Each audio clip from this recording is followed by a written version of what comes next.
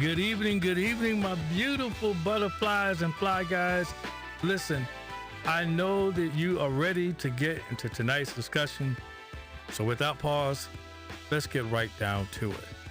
So, of course, many of you have watched the latest documentary on none other than Miss Janet Jackson. That's right. And I know that you, like me, have enjoyed it. And the numbers in terms of viewers shows that you have really enjoyed this documentary.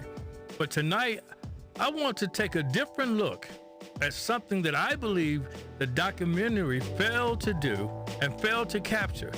And that is simply Janet's impact on fashion. Not only did she impact it, but it was under the circumstances that she impacted the fashion game that I want to discuss. So tonight we will, and I am sad to say that we will look at several breakups from Miss Janet Jackson over the course of many years. And I'm afraid that some of you, even if you are a very loyal fan, you might just be amazed. That's right. So go ahead and grab your favorite beverage, and we will be right back after this. Are you ready, AB? All right, let's get it. Hit it. Yeah, in the building.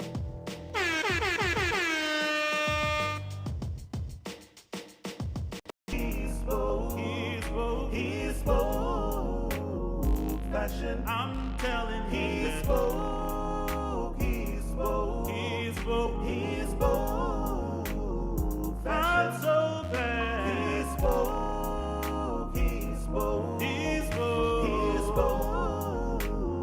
fashion. I'm telling he spoke.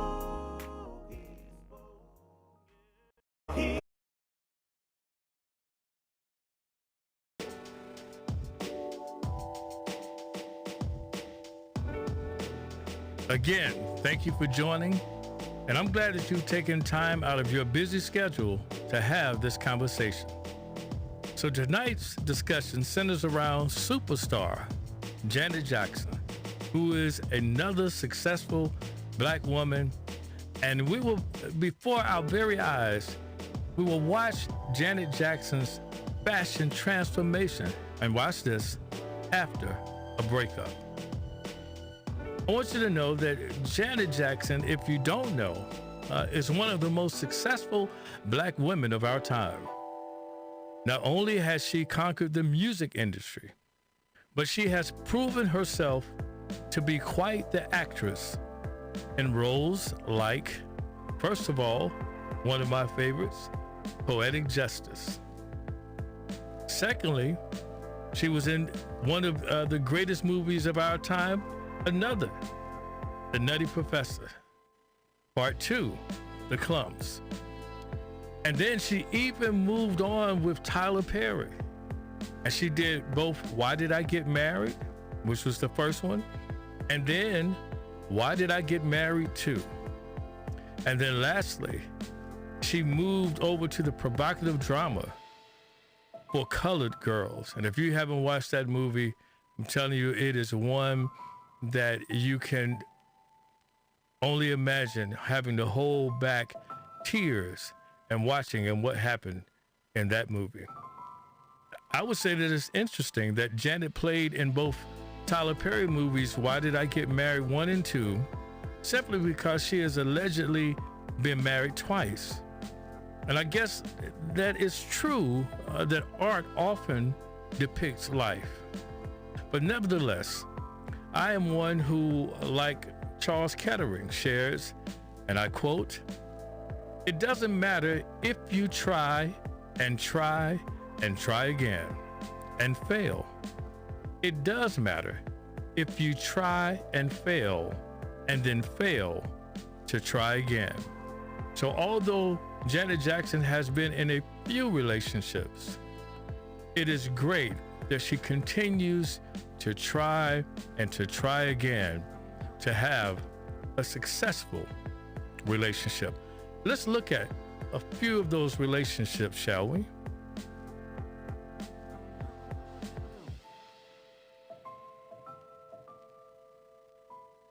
Of course, there were a few relationships again that I would say you're going to be surprised, shocked even.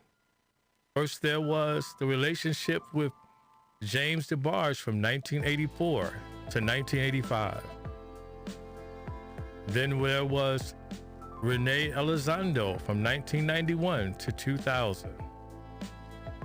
And you may be surprised by this relationship with Q-Tip in 2002. But then there was the cheating guy, Jermaine Dupri. And this relationship lasted for a few years.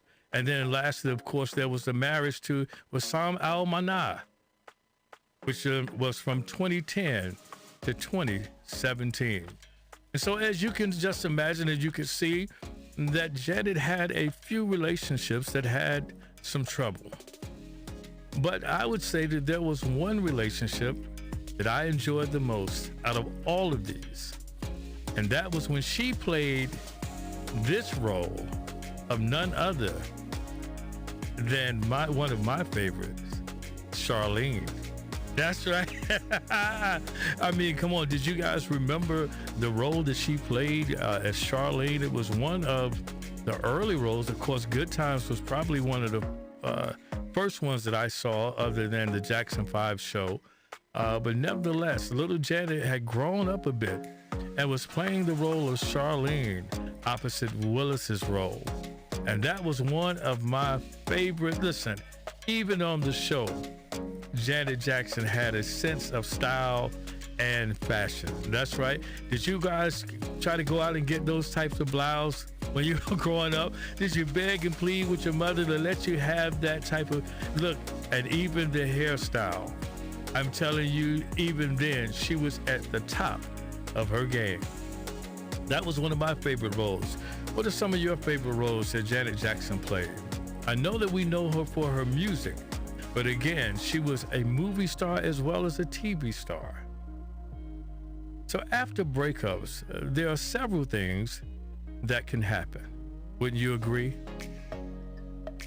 Certain things like the fact that your self-confidence can be shattered. That is one of those things that oftentimes we don't expect to happen. But after a breakup, there is a tendency for your self-confidence to be shattered. But can fashion help me to regain my self-confidence? If you're a fan of this show, you know that I oftentimes tell you that fashion gives you an advantage. And here I'm going to share with you what else fashion can do.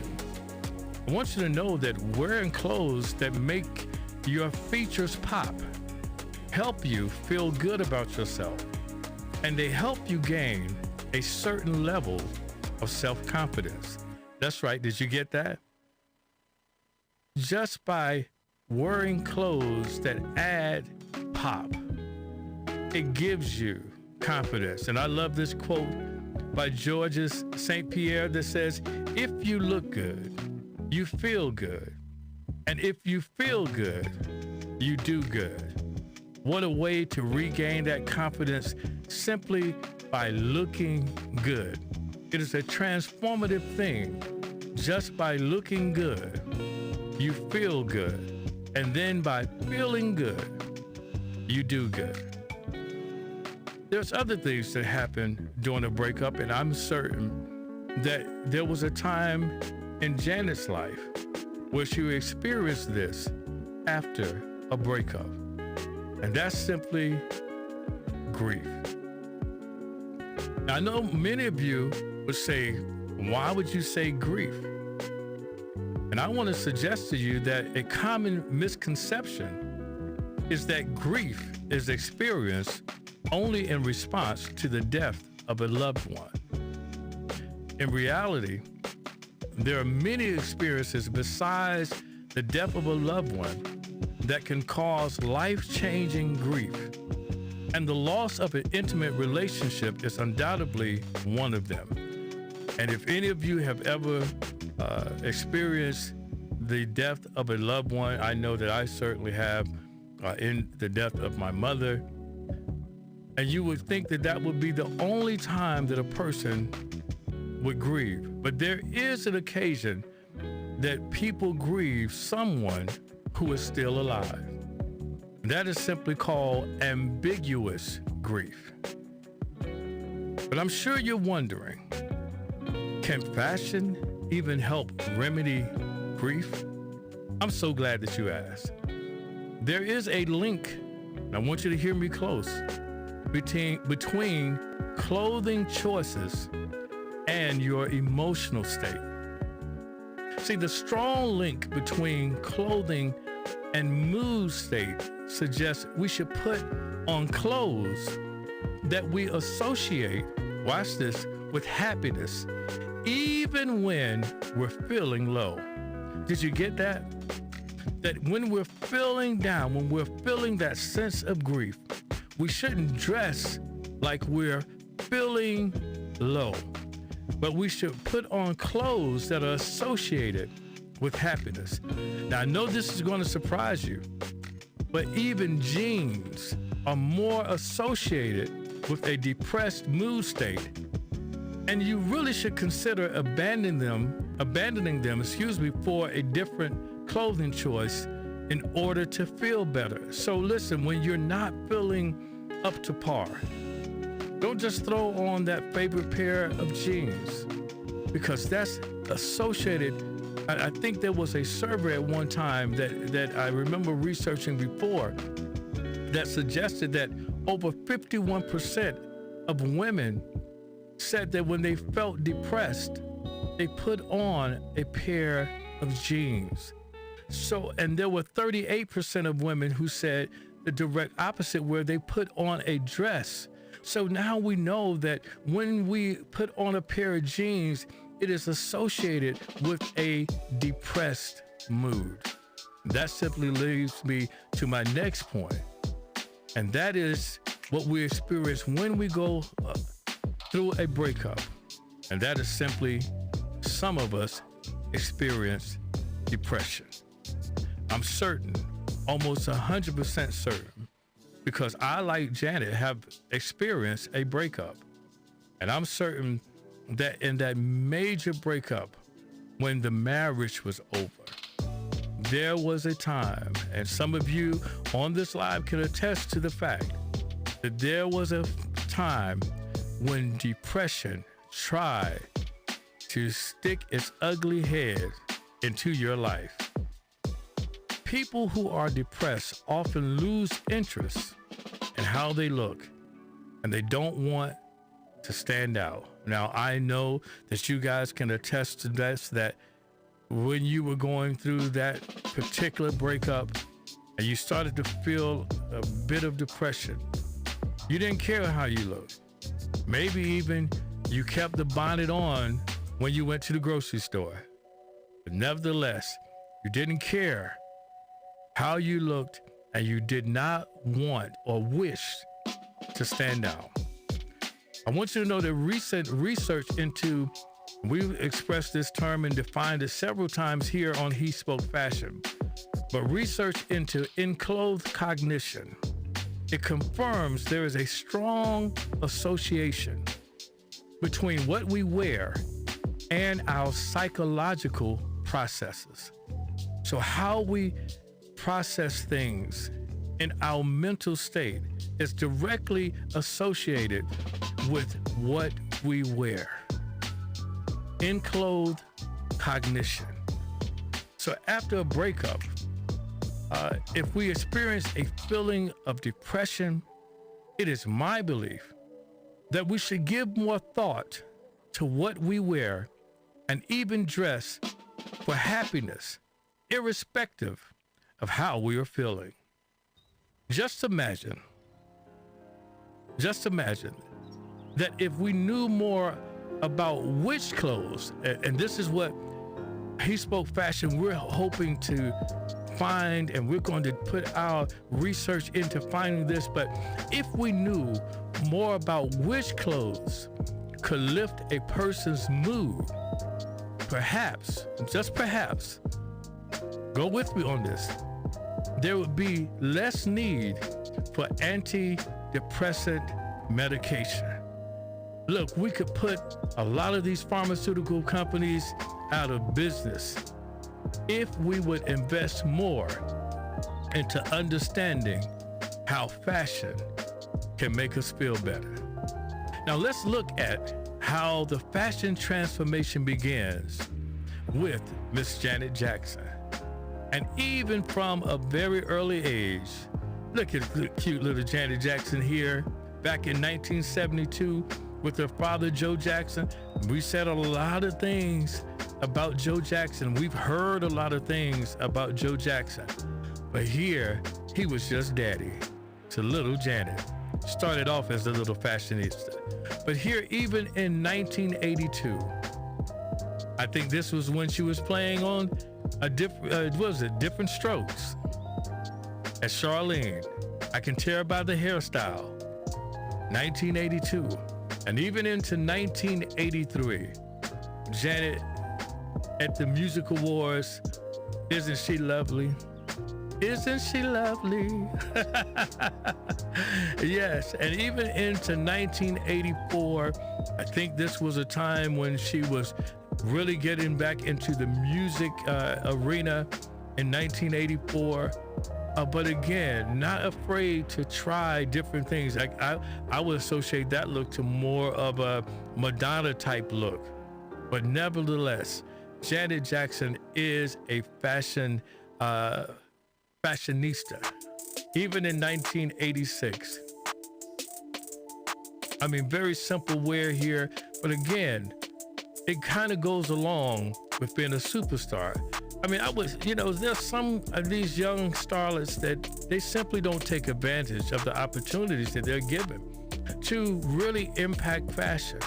I mean, why look like the rest when you could simply be the best? That's what I would always say. Why play into the trends when you can start the trend? Something for the youngsters. But nevertheless, even on into 1999, Janet Jackson, Miss Jackson if you're nasty? Yes, a phenomenal, beautiful woman. But I love the fact that she does not simply play off of the fact that she looks good. You know, I've seen a lot of beautiful women in my time, and a lot of them don't take advantage of fashion. They just rely simply on God-given looks. Hey, there's nothing wrong with it. It's just that fashion adds a bit more. Yeah, you can just keep going through those 2000, 2001, 2002. Again, an opportunist. Come on, that's the way love goes. You remember, this look was hot. I think everybody tried it that summer. Even if they didn't have the flat stomach, they were trying it anyway. Hey, I don't blame them. See, sometimes if you're just a person of fashion, people are watching and you then become the fashion trend setter, all right? And here's Janet again, very lovely look. I always love a woman in black, yes. AB can attest to that. I love a woman in black. Black is mysterious to me, but it's always sexy to me. Listen, if you want the look, it's simple.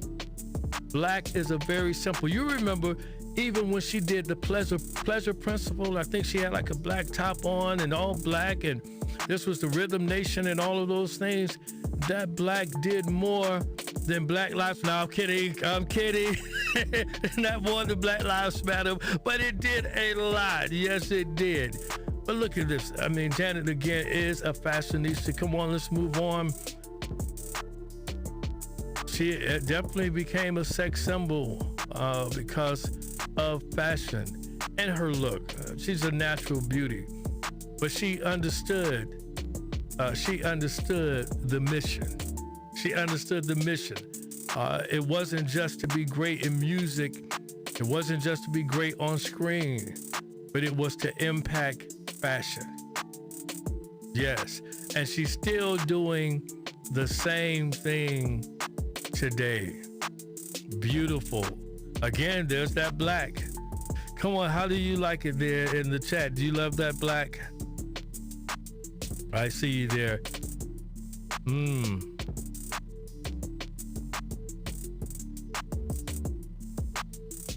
Yes, I see some comments there. I wish I could have seen them at the beginning. Jeans can be dressed up. Some people feel sexy in jeans. I agree with that. I'm not saying that you should disregard wearing jeans. Let me back up on that. What I'm saying is that when you're feeling that feeling of depression, that you should not, in that case, look to wear jeans. In that case, you should look to wear something else that will bring you more happiness. You can wear happiness. You can wear joy in your fashion. Oh, I love this look of Janet. I love this look. I'm telling you, I love this look on Janet Jackson. What do you guys think? 2 more. Yes. Again, you can never go wrong in black. You can never go wrong in black. And of course, this last picture here, I love the look. I love the gloves, excuse me. I'm telling you, do you guys like that look? I mean, it just looks, I'm sure that look has been imitated, but never duplicated. Because this is Miss Jackson if you're nasty. But let's move on here, because I not only want to show that, of course, Janet Jackson being very fashionable in everything that she does, but also want to share because we're dealing with this topic of how we're watching the fashion transformation. Janet Jackson after a breakup, and we've gone through several breakups, and we've seen how well Janet was able to adjust after a breakup. Come on, if you were in the media just watching her, you did not see where there was any time, and maybe people saw videos and TMZ caught photos of her going to a store and maybe baggy clothes on, but let me tell you, who doesn't do that? Who can't testify to the fact that at some point you left out of the house to pick something up from the store and you didn't dress your best? Hey, I can testify to that myself. But she was able to make the adjustments after feeling the feeling of that she was going through with grief and with depression and those types of things that we experience after a breakup. But before we go, I want to share, and there is a letter here that I want to share. This letter that I received in my inbox, excuse me, from a subscriber on our YouTube channel. And I want to say to that subscriber that I hope that if you're watching, as I read this letter anonymously, that what we share tonight and what we have shared will help you to make a wise choice in the decision that you must make concerning your relationship. Right? And the letter says this. It says, and this person, this was the viewer who watched on our YouTube channel. And it was episode 53. And if you haven't watched that episode, I would suggest that you go and watch it. It says that was the one. What may look good on you may not be good for you. It says, dear, he spoke fashion. I'm a 26-year-old woman who has been married for 3 years. My husband is 40. I was raised to think that I was a bad person and that God would only love me if I behaved. I mostly behaved. Then I met a man who told me God would love me anyway. I converted to fundamental Christianity and I married the man. He is, for most intents and purposes, a good man. And before I go on, remember, if you're familiar with the show, that particular episode we discussed Devon Franklin and Megan Good. So you can kind of see the similarities between that show and what this writer writes, right? She says, he is for most intents and purposes a good man. He means well and he loves me, but he suffers from the faults of most of the men in our religion. She calls it the head of household syndrome. I'm expected to be a certain way, so I am. He doesn't realize he does this unless I tell him, and I've stopped bothering to tell him. But I'm not really that person. And the longer we're married, the more trapped and broken I feel about burying the real me, the messed up person I already described. We were told from the beginning that our age difference may pose a problem in our marriage. But despite my own misgivings, I married to prove everyone wrong. Oh, my goodness. Some of us can attest to the fact that we did the same thing. We're both incredibly stubborn. I thought if I could be the person I was supposed to be, I would make myself happy. I would be better. I was a lie. It was a lie, I told myself. I love him and I don't want to hurt him, but I don't know how to stop this charade, how to heal, or how to make him understand. What do you do when you want the life you have to work, but it does not, and you aren't sure it can? And when you want a completely different life as well, which way do you go? Do I stay and try to become the person I was always expected to be? How long do you try before you admit you will never be that person? Signed, Standing Still. Wow. Well, what do you guys have to say about that? I'm interested in hearing what you have to say, because as I read that letter, that message, I was simply overwhelmed, because I know the story all too often. I've heard it all too often about women who are in marriages or relationships, and they are pleading, they're begging, they're wanting those marriages to work out, and there's those things that happen. And I want to hear what you have to say.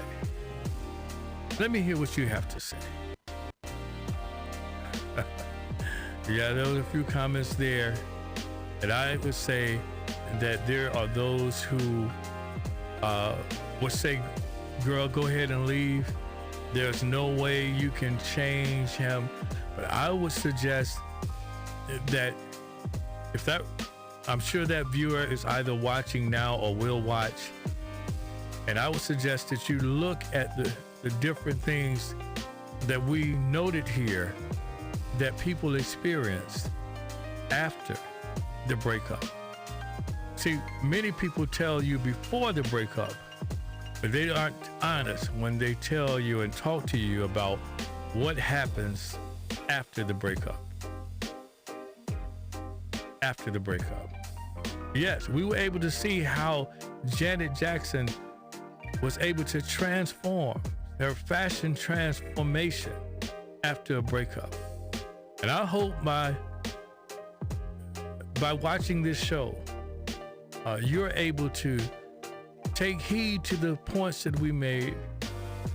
And then if you decide and determine that it's a relation that has to end, I hope that you'll use fashion as something to help you to make it over to the next side. I hope by the backdrop of this example through how Janet Jackson transformed after a breakup, not only will it help that viewer, but it will help people make better choices in who they choose to be in relation, and to make them really think before they decide to end it all. Now, listen, I've really enjoyed you all on tonight, and I hope that you enjoyed this discussion. But listen, I'm coming to the end, and listen, I haven't asked you to do this tonight, but if you haven't already, would you please just go down? If you're watching on YouTube, please hit that subscribe button. It will cost you nothing to do that. And if by chance you're watching on Facebook, please like this show and share it. It could be something that could help someone else as well. Listen, I'm coming to the end, but before I go, I want to leave you with this final thought. We all know that relationships are difficult and they take a lot of work. Nevertheless, it is my belief that in recovering from a breakup, there are things that fashion can do that prescribed medicine cannot. I believe a healthy dose of self-esteem, confidence, and self-worth developed through proper fashion choices can not only change your life, but save your life. Let me leave you with this quote from Neil Strauss. It simply says, "Perhaps the biggest mistake I made in the past was that I believed," I can't read it, I'm sorry, "that I believed love was about finding the right person in reality. That love was about finding the right person.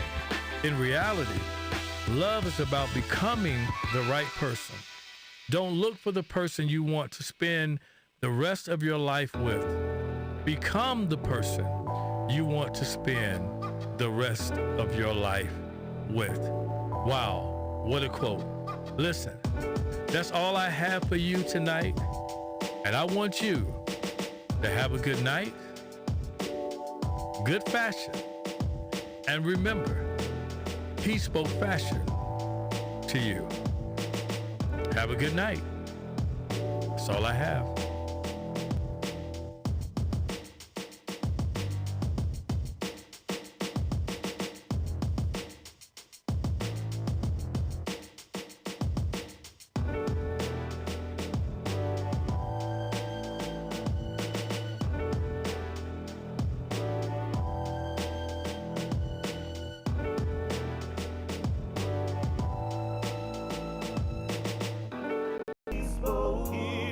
He spoke fashion. I'm telling he